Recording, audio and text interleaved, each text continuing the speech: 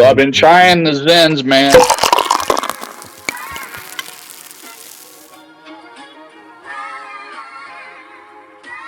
Harry's drinking again.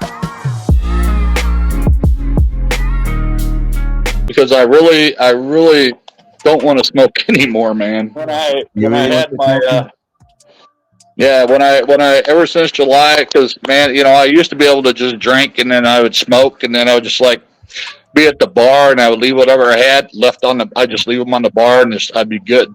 Would you want to quit smoking and drinking at the same time? That's why I didn't drink, because I knew I was going to smoke. But like I said, at that time, I was able to drink, smoke, and then I was able to just leave my cigarettes at the bar or wherever I was and say I'm good. And then that'd be the end of it, man. I'm going to ask you a question, Phil. Yeah, go ahead. What is the most disciplined thing you've ever done that no one told you what to do, but you decide to do it on your own? Quit smoking. But I guess I'm just not a quitter, because here I am again. You know, I quit for a long, long time. We're talking over 10 years. And then, you know, I never wanted to drink.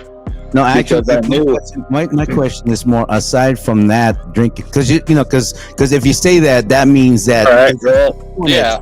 But something else that you've done in the past that has nothing to do with drinking or smoking, that you had to be disciplined to do it.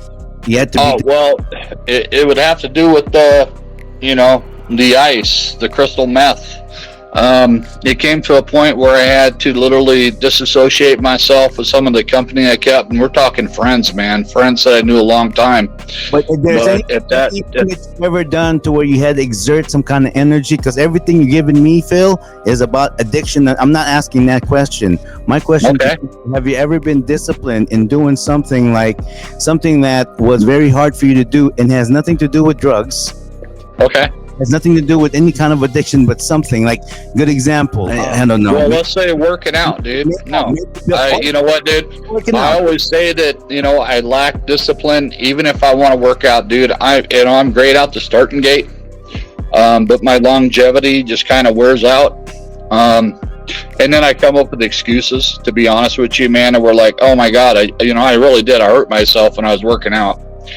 And I just use that, and I tried going back, but now it's just like, I don't know, I still pay for it. But no, dude, when it comes to me, man, I lack the discipline, the patience, because those two, patience, discipline, are all intertwined.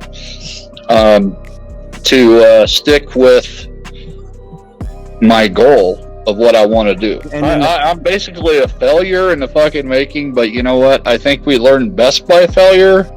But then again, I could just be saying that to make another excuse. The hardest question you have to ask yourself, and this is only you.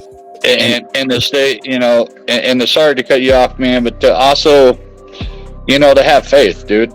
I try to. I don't. I thank Yahweh almost every day. And yesterday, dude, I actually knelt down and prayed.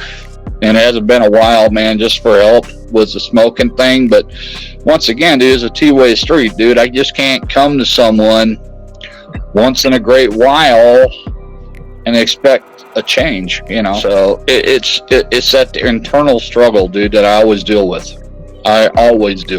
I get so bored with my life sometimes that it's just like I myself know that I need to get a job. But then again, it's like, I need to pull that trigger, dude, just for my internal and my well-being, because therefore it'll give me something to do and, give me some socialization.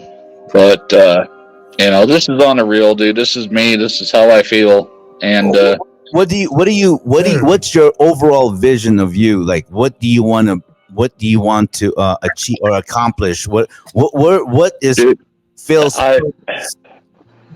my accomplishment, man, this kind of threw me a curveball, because I actually have raised both of my kids. My son.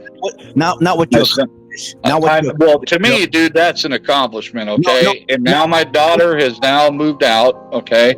And now I'm just like, wow, my job's never done as a father, but now it's just not to the intent to where I need to focus almost everything to them. So now I've got to refocus on me.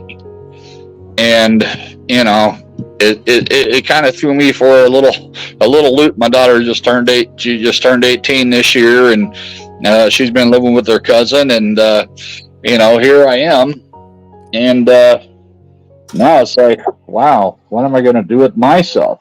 I don't know what other question you're attempting to ask, Ray. To be honest with you, it's not the question for me, Phil. It's your question for you. It's my question for me, you know, and that's what I've been dealing with now. Is like, you know, I knew this day was going to come, okay, but at the same token, I wasn't expecting to come this soon. Okay. Phil, you're struggling with still finding, you know, your post life, like post kid. And when I see both of you guys, I see myself, right? Mm-hmm.